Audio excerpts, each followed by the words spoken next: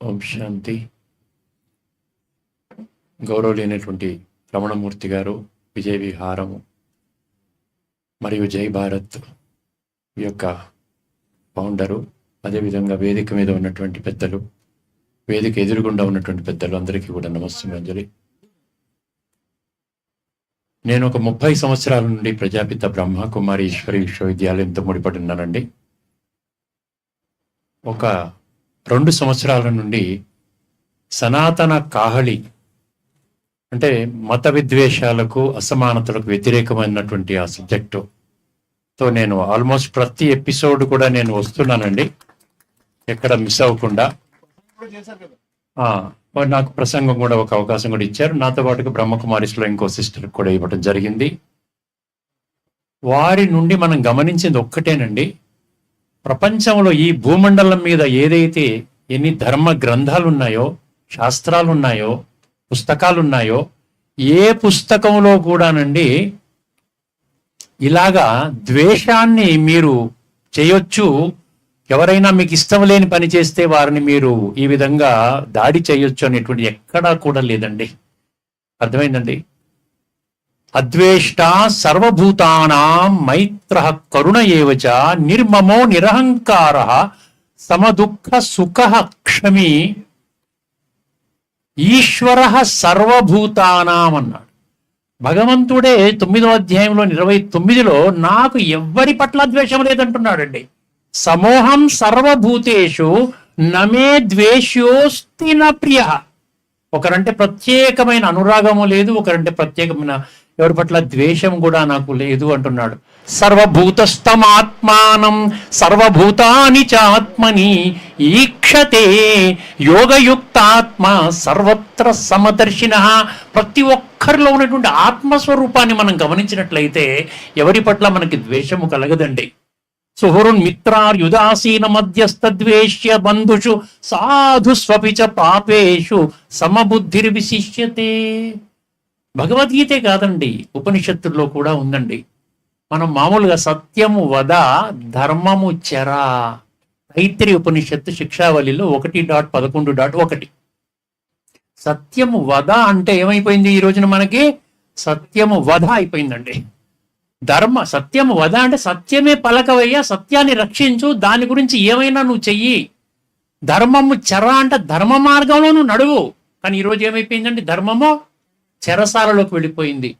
నేను ఇందులో ఉన్న ఒక్క పదం నేను ఇక్కడ ఇందులో తీసుకున్నాను. ఒక్కసారి గమనించినట్లయితే రమణమూర్తి లాంటి వారు, మన జస్టిస్ గారు చెప్పినట్లుగా చాలా గొప్ప వ్యక్తి అండి. ఇటువంటి వ్యక్తిని నేను చూడలేదండి. అర్థమైందండి?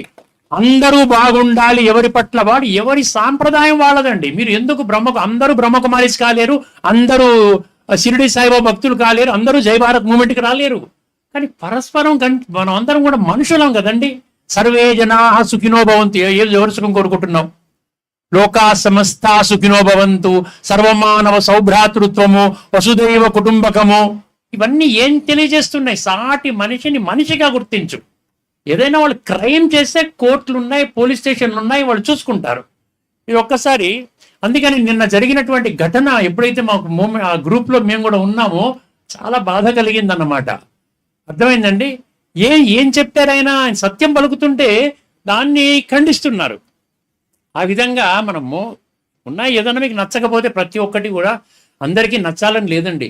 ప్రతి ఒక్కరికి కూడా వాక్ స్వాతంత్ర్యం ఉంది, ఎవరికి నచ్చినట్టుగా ఉండొచ్చు. కానీ సమాజానికి హాని చెయ్యనంత వరకు కూడా మీరు ఆ విధంగా మీరు భౌతిక దాడి చేయడానికి అవకాశం ఉందా? చూడండి, ఇప్పుడు ఒక్కసారి ఇది గమనించండి.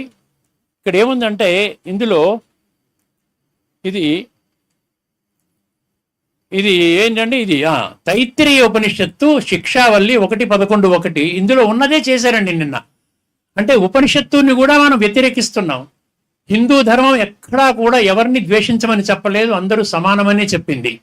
వాళ్ళు ఆ విధంగానే బోధిస్తున్నాం. మనం గౌరవించాలి, వారికి పాదాభివందనం చేయాలి, వారికి సన్మానం చేయాలి. అలాంటిది వారికి దాడి చేస్తున్నారంటే చూడండి, ఒక్కసారి గమనించండి. ఇక్కడ ఏమిచ్చారండి? సత్యం వద ధర్మము చెర. పద్యం అంతా నేను చదవను, ఒక్కటే మీకు అర్థం చేయిస్తాను. సత్యం వద, ఎల్లప్పుడూ సత్యమే మాట్లాడుము. ధర్మం చెర, ధర్మబద్ధమైన జీవితాన్ని ఆచరింపుము.